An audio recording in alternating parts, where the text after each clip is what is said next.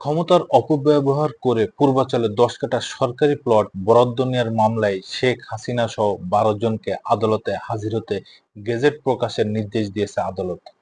মঙ্গলবার ঢাকার metropolitan senior special জজ মোহাম্মদ জাকির হোসেন গালিব এই আদেশ দেন।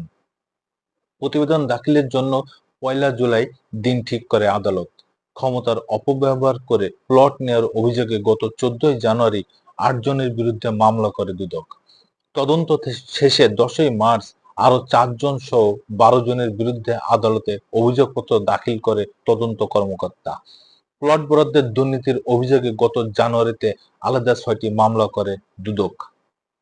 এতে সাবেক প্রধানমন্ত্রী শেখ হাসিনা, সজীব ওয়াজেদ জয়, সাইমা ওয়াজেদ পুতুল, শেখ রেহেনা, টিউলিপ, রেজওয়ান সিদ্দিকী, রাদওয়ান মুজিব সিদ্দিক ও আজমিনা সিদ্দিক সহ বেশ কয়েকজনকে আসামি করা হয়।